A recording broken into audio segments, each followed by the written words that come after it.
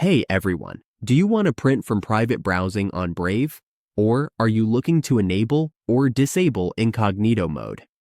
In this video, we will show you how to enable or disable incognito mode in your web browser.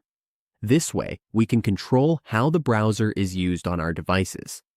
In Brave, incognito mode is called a private window. This browsing mode does not save our history, cookies, site data, or form information on the local device. When we close the window, it makes sure that others who use the same device cannot see our browsing activity. The purpose of incognito or private mode is to let us browse the web privately without saving history, cookies, or site data on the device.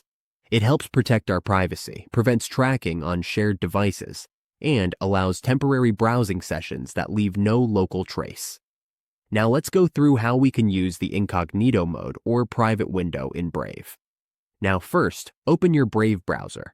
Go to the settings in the upper right corner where you see the three lines.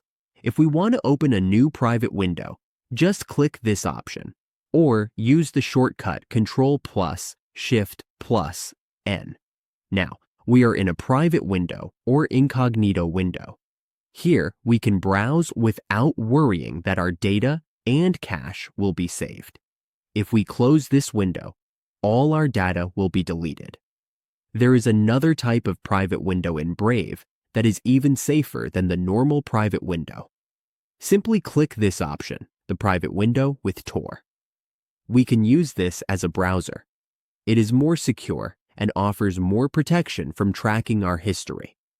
To go back to a normal browser window, just click the three lines again, then click New Window, or use the shortcut Ctrl+N. This will open a normal window. As we can see, we are now back in a new window. And that's it. We have now enabled and disabled incognito mode in Brave, giving us more control over our browser usage and privacy settings. Remember, managing our browser can help us enforce safer and more consistent browsing.